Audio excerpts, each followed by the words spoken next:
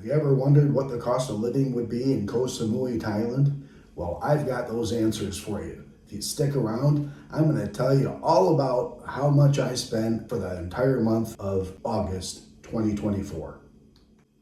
Hi everybody, and welcome back to ExpatGlobetrotter, and I'm your host, Dave Wally. Guess what time of month it is now? That's right, it's bath day. No, it's time for the expense log for the month of August in Koh Samui. So if you've been watching my videos, you're aware that I've been talking about it's quite a bit more expensive here than in Koh Samui. I mean, coming out of Vietnam, everything seems a bit expensive, I think, because Vietnam is so inexpensive that once you get used to that, and being there for 30 days, I got pretty used to everything costing next to nothing. But, I'm not going to compare Koh Samui to Vietnam, any city in Vietnam, because, well, the two are just so different. I think I can probably more closely establish that Koh Samui prices and a lot of things are closer to the United States, but then there's those other things that are considerably cheaper. One of those things, and one of the most expensive things that we all have to pay is either a mortgage or rent. Obviously, I'm not buying places wherever I go, I am renting them. So to kick it off, my rent this month was $482, and later I'm going to explain why that went up.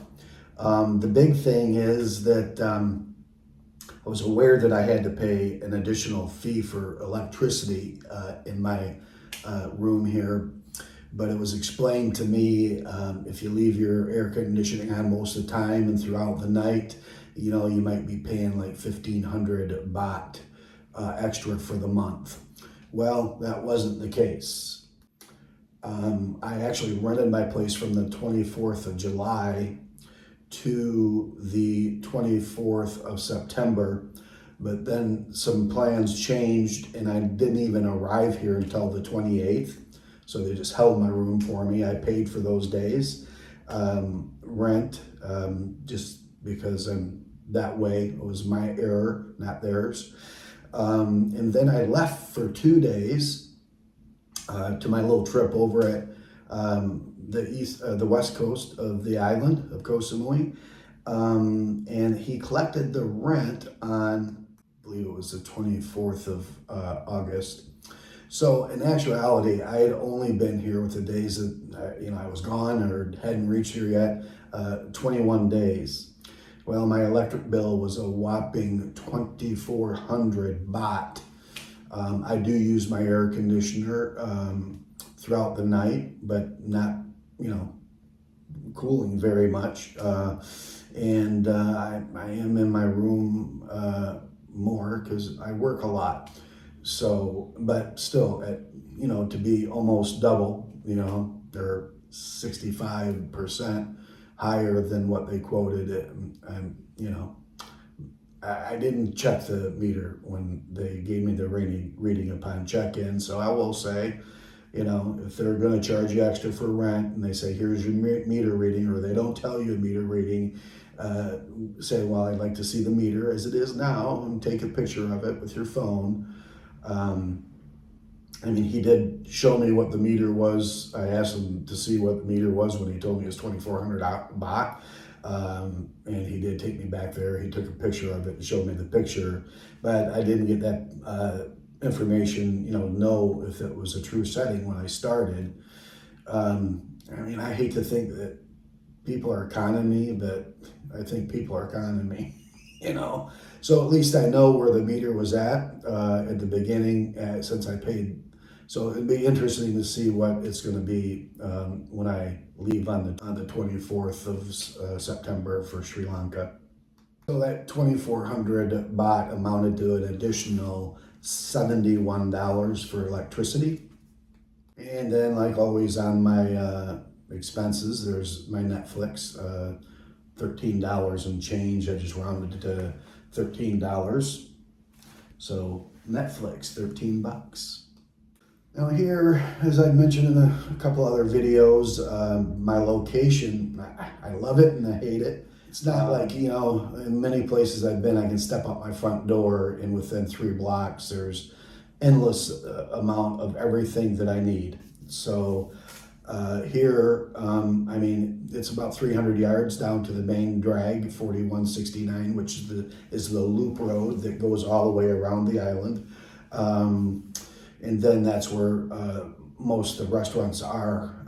But even then, you got, you know, you walk another 200 to 300, 400 yards maybe to find the, you know, the one that I want to go to that day. There is a store right there at the corner of that loop road and the road I'm on,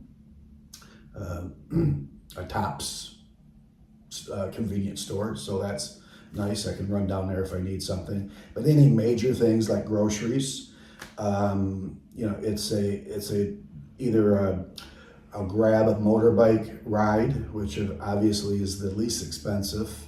But sometimes you can get one from here and sometimes you can't. I waited the other day for 45 minutes, didn't get one. And the little red trucks that go around this perimeter road are, you know, they like Americans because they charge us a lot more.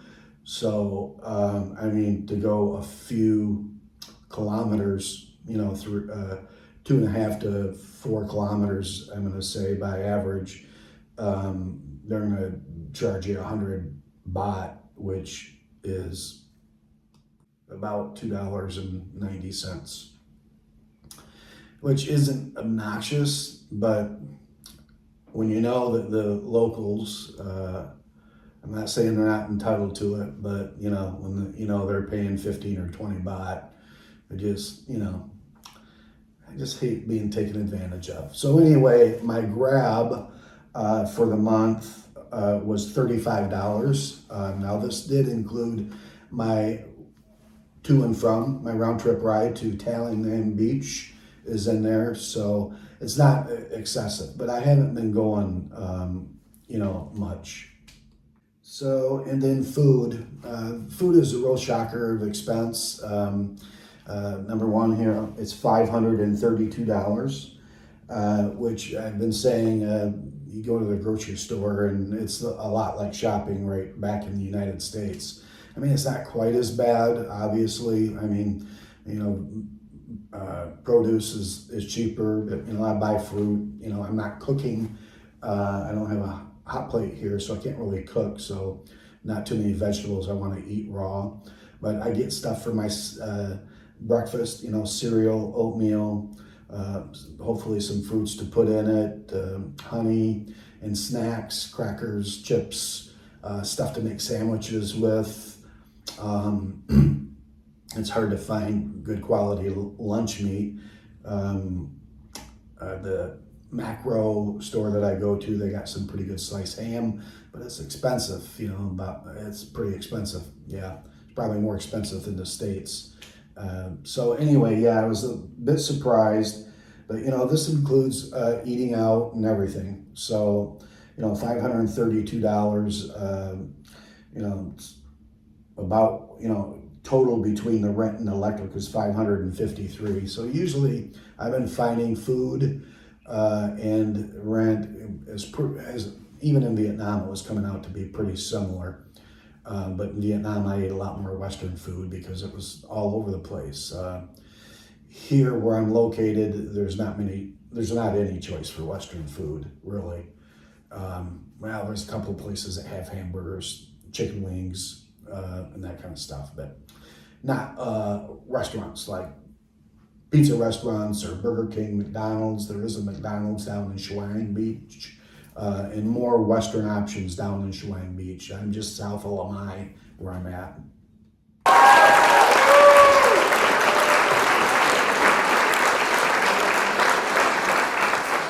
So yeah, my Tello cell phone that I use, my service, which allows me to get those two-step verification text, and I can make phone calls on it.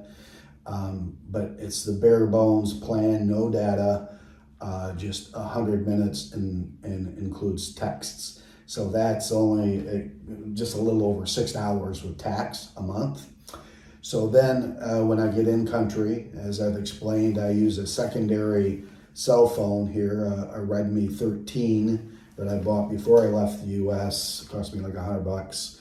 And I use that for a SIM card, and I put my SIM card in that for data only.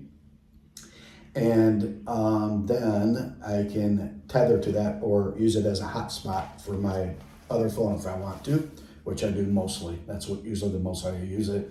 I'm used to my iPhone, and that's where I have everything, apps and stuff. So I usually just use my Redmi as a hotspot and connect through that way. So the SIM card here is an AIS Zed 5G, and it costs 500 baht, which is just under $15, and it lasts a full month. So with the two of them, the Tello and the SIM card through AIS, it's $21 for cell phone. Not bad. I'm pretty happy with that. And way cheaper if I tried to keep an international plan from T-Mobile that that can run way up under around $100 a month, and I would get no better service than what I get now this way. Okay, trip insurance. I just renewed my trip insurance through Safe Trip. I'm very, very happy with that. I'm telling you, if I could become an affiliate, I would, but there is a link for them below. Get it before you leave the U.S., depending on what state you're in the U.S. Depends on how long you can get a policy. And I get a 6-month policy.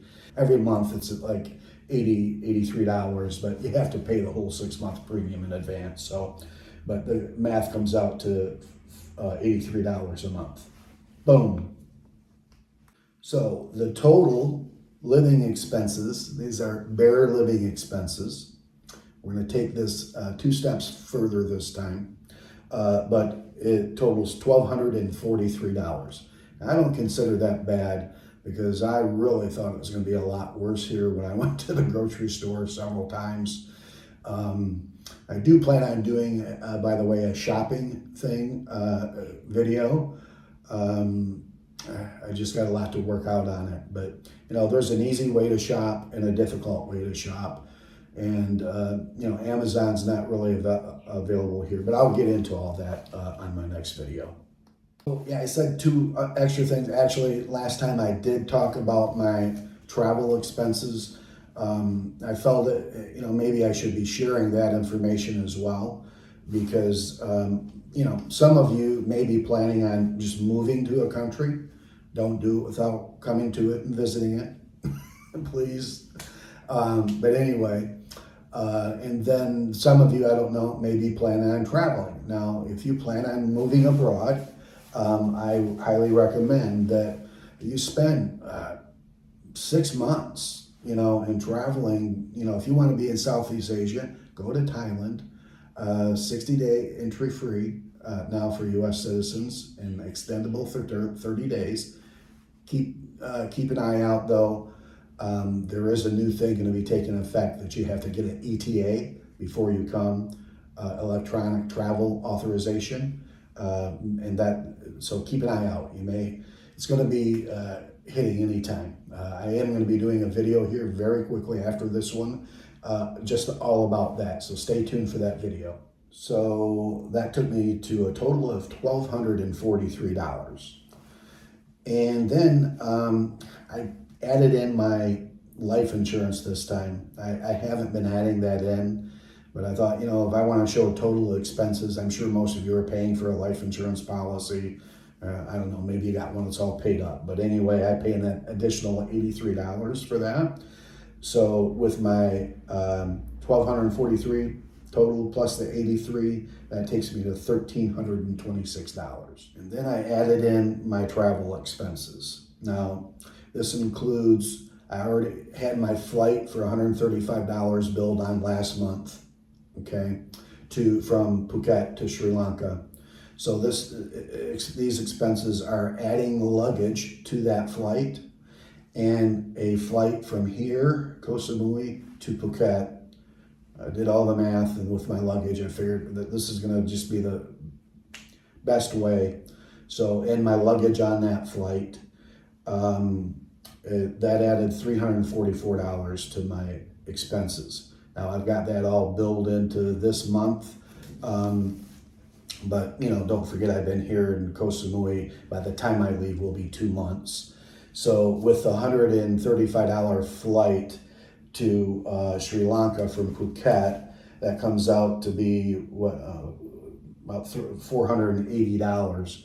Now I could probably deduct at least $150 from that because I goofed up. I could be flying right from Koh Samui to Sri Lanka, so it's my mistake. But anyway, that adds about $240 a month to my average expenses. So with that, my grand total, even with the travel expenses, are not bad at all. $1,670. So yeah, it's still not bad. Once again, I spend, on average, I'm going to say $150 to $200 a month for my travel. That's why I like to slow travel and stay in one location pretty much as long as I can. I could have gotten a 30-day extension here to stay for another 30 days, so that would have been 90 days and 30 less days that, more days I would be saving on flight. So then the other thing that's happened that's caused an increase in expenses is the US dollar is just not as going as far as it was when I left home, or even got to Thailand. I mean, it's been a pretty big difference. So for an example, when I first arrived here at my lodging, 16,000 baht per month. Okay, when I got here, 16,000 baht equated $448. Now, had I not paid it all up front, now it'd be $480. So that's quite a significant difference on that little bit of money. You can imagine, if you were paying, had a nice place on the beach, a nice 2-bedroom, 2-bath condo that was, $1,000 a month, you're going to be $1,200 a month, so that's made an impact on the expenses as well. But even so, I consider staying in Koh Samui on, the $1,326, pretty not bad at all. If it wasn't for my travel expenses, for those of you that aren't going to be traveling, they're going to, for the most part, you may travel a while to find your place and then settle down in that spot. So yeah, it's not, you could live a lot cheaper than what I'm living even then, because there's so many places that if you went inland a little bit from the water, that you could be renting for $350 a month, and most of them here charge extra for electric. I mean, I met one gal that's renting a 2-bedroom, 2-bath house up one of the mountains for like $1,200 a month, but includes electricity and no extras. It's just flat rate, which I prefer to rent places like that. I mean, it leaves too much room for ambiguity and thievery the other way. I'm just hoping the projections are when the feds in the U.S. Lower interest rates, that's going to impact currencies in many nations, and they expect that that's going to have a good effect, that the dollar will go further here, and we'll be able to buy more Thai baht. But once again, I'm on my last few weeks here in Thailand and then off to Sri Lanka.